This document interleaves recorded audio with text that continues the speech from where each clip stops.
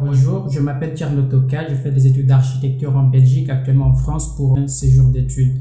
J'aimerais partager avec vous un choc que j'ai ressenti en venant poursuivre mes études ici en Europe à travers mon parcours entre ces trois pays, notamment la Guinée, la Belgique et la France. J'ai entamé mes études d'architecture en Guinée où j'ai fait mes premières années d'études.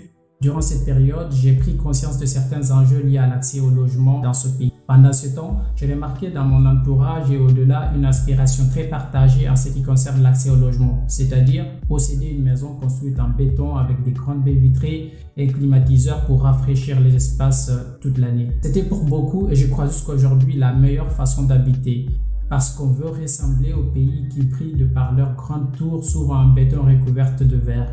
C'est en quelque sorte l'emblème de ce qu'on aimait appeler la modernité ou si vous voulez le développement. Une fois en Europe, dès mes premiers cours, nous avons abordé des questions liées à la ville.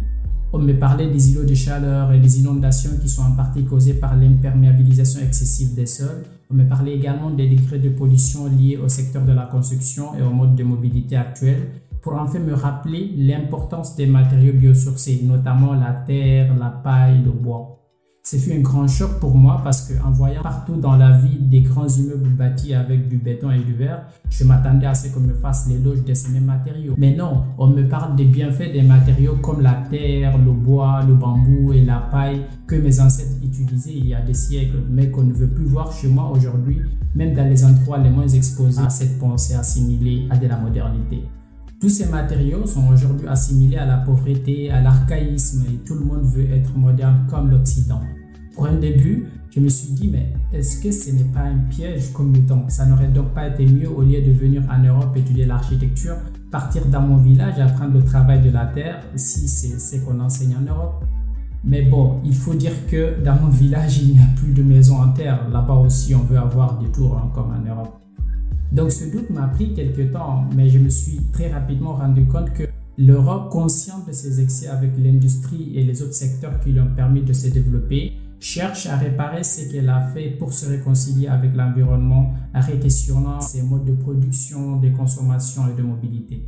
Ce que j'ai envie de vous faire observer, c'est le fait qu'aujourd'hui en Europe, on parle des villes post-car. On diminue le niveau d'imperméabilisation des sols pour introduire la nature dans les villes et ralentir les effets de ce dérèglement climatique. Mais au même moment, certains pays ont besoin de l'industrie d'imperméabiliser leurs sols d'une agriculture pour loger et nourrir sa population. Deux choses opposées pour la même finalité, bien vivre sur Terre. Mais voilà mon inquiétude.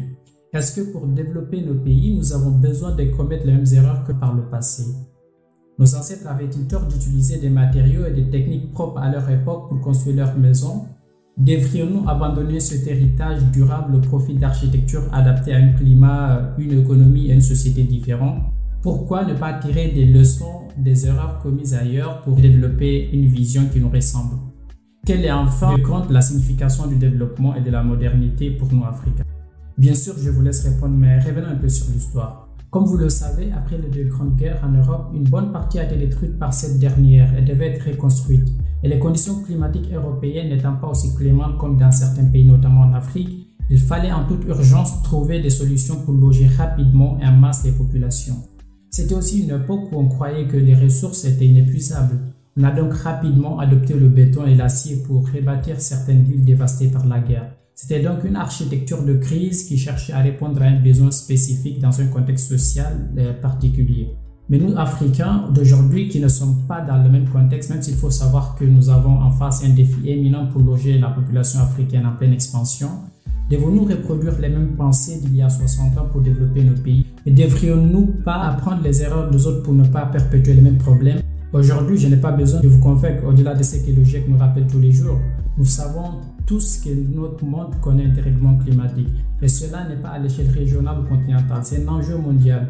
Et les pays les moins développés matériellement seront les premiers à en pâtir.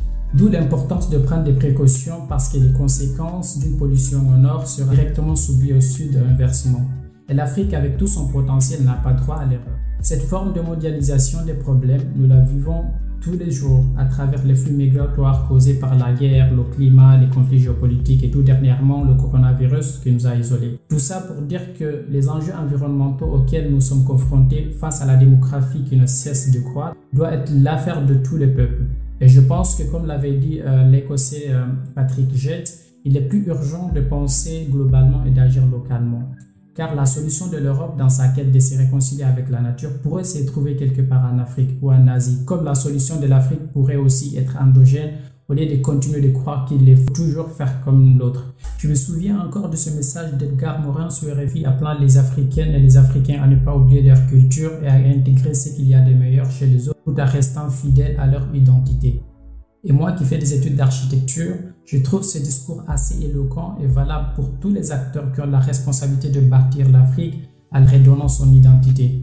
Parce qu'après tout, la ville comme la maison doit être le reflet de l'organisation sociale, politique et économique du peuple pour lequel on bâtit.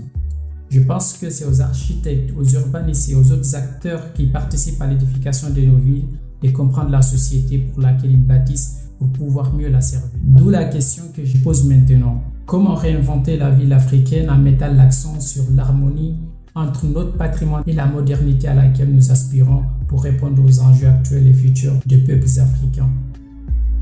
Laissez-nous savoir ce que vous en pensez à travers vos commentaires.